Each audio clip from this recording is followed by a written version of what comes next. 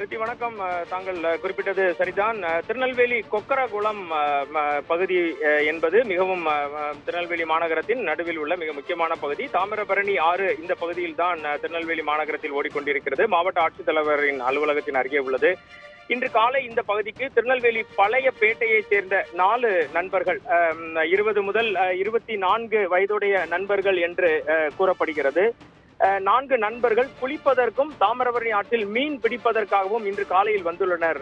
ரித்தி, தாமிரபரணி சுலோச்சனா முதலியார் பாலத்தின் கீழே அவர்கள் குளிப்பதற்கு முன்பாக மீன்களை பிடித்துக் கொண்டு இருந்ததாக கூறப்படுகிறது. அப்படி ஆர்வ மிகுதியால் மீன்களை பிடித்துக் கொண்டிருக்கும் போது ஆழமான தாமிரபரணி ஆற்றின் ஆழமான பகுதிக்கு 4 பேரும் சென்றதாகவும், அதற்கு பிறகு அந்த ஆழத்தினை உணர்ந்து தாங்கள் மூழ்கி கொண்டிருப்பதை அடித்து கூச்சலிட்டதாகவும், அப்பொழுது அந்த பகுதியில் குளித்துக் கொண்டு இருந்தவர்கள் அனைவரும் அவர்களை சுற்றி வந்து காப்பாற்ற முயற்சி செய்ததாகவும், அதில் 3 பேர் தற்போது காப்பாற்றப்பட்டு விட்டனர்.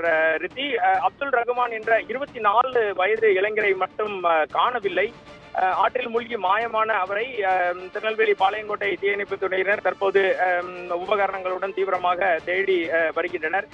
இந்த இளைஞர்கள் சென்ற பகுதி 20 அடி ஆழம் உடையது. ரித்தி, உள்ளூர் மக்களே அந்த பகுதியில் சென்று குளிக்க தயங்குவார்கள். சேரும் சகதியுமான பகுதி. அதில் எப்படி இவர்கள் சென்றார்கள் என்று தெரியவில்லை.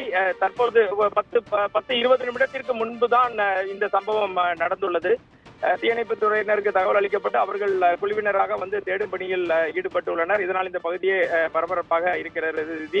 கடந்த வாரம் இதேபோல் பாபநாசம் அருகே உள்ள முண்டந்துறை பகுதியில் சிவகாசியை சேர்ந்த ஒரே குடும்பத்தை சேர்ந்த 2 மாணவிகள் உட்பட 3 பேர் தாமிரபரணி ஆற்றில் மூழ்கி உயிரிழந்தது குறிப்பிடத்தக்கது.